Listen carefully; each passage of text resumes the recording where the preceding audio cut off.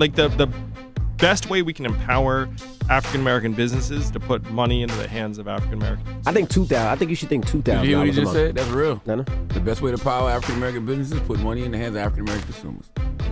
That's what I want. Why aren't we part of the American tribe? You're coming here making all this money. You think you can make this money in China? They're going to let you be free in China? They're not.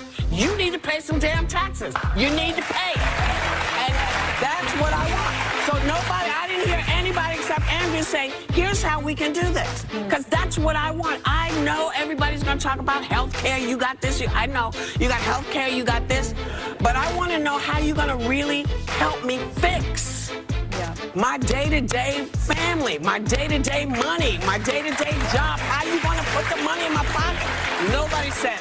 And anyone you've seen that's shown you anything that you like? I like Andrew Yang a little bit. What do you like about Andrew Yang? He wasn't wearing a tie. Yeah. Both debates. He's gone tieless both debates. Well, he's got this kind of, like, he looks like what I think leaders will start looking like. Because he's got that kind of tech thing. Like, I want to buy something from him. Right. Like, he looks like he should be holding up a piece of something. Like new tech. Yeah, and he should start every sentence with, what if I told you? You know, like that kind of Steve Jobsy thing. Right. Like, yeah, I think that's the one thing. So do you think now like a tie sort of is a way of a person saying like, I have not been able to invent a new thing? Yeah, you just don't look current. That's why I think you should do $2,000 a month. Oh my gosh, Andy.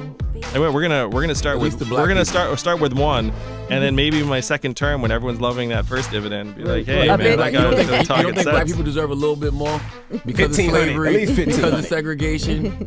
I read Ta-Nehisi Coates, and I 100% agree with the moral case for reparations. This country was built on the backs of slaves. There's no two ways about it. So to me, the question is, what can we get done? There's nothing that we can do as a society that would actually undo that harm. There is no redoing history. But the path forward to me, if we put this dividend in place and at least it starts strengthening communities, then we can take real steps forward towards hopefully, again, can't make things right, but hopefully you can start moving in the right direction.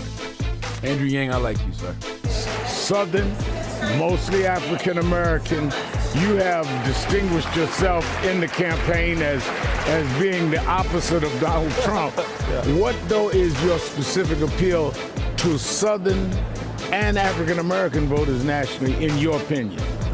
Well, the centerpiece of my campaign is a freedom dividend of $1,000 a month, which would be transformative for many people here in the South and would go a longer way in communities that have lower access to capital and to job opportunities, which unfortunately overlaps with many black communities, both here in South Carolina and around the country.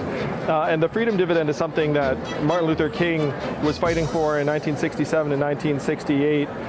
And when he fought for it, he said, look, this shouldn't be for any particular subset of Americans because poor blacks and poor whites have common cause to make.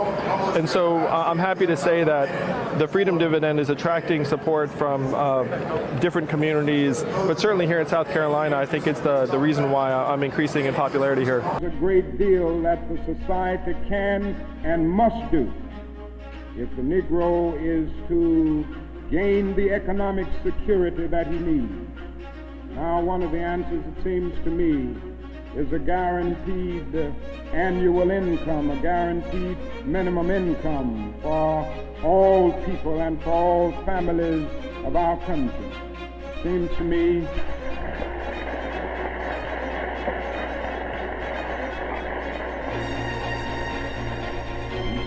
that the civil rights movement must now begin to organize for the guaranteed annual income, begin to organize people all over our country, mobilize forces so that we can bring to the attention of our nation this need and this something which I believe will go a long, long way toward dealing with the Negro's economic problem and the economic problem which many other poor people confront in our nation. We're going to have to figure out how do we close this widening chasm of wealth and opportunity, both within countries and between them. for having me. I know your city has struggled for years with income inequality and poverty. Why universal basic income? Well, it's interesting because the idea is almost as old as the Republic. So Thomas Paine was calling for this in the Agrarian Revolution, Dr. King before he passed, even Richard Nixon. The idea is that, especially in California, 1 in 2 Californians can't afford one $400 emergency. People are working harder and harder, only to fall further and further behind.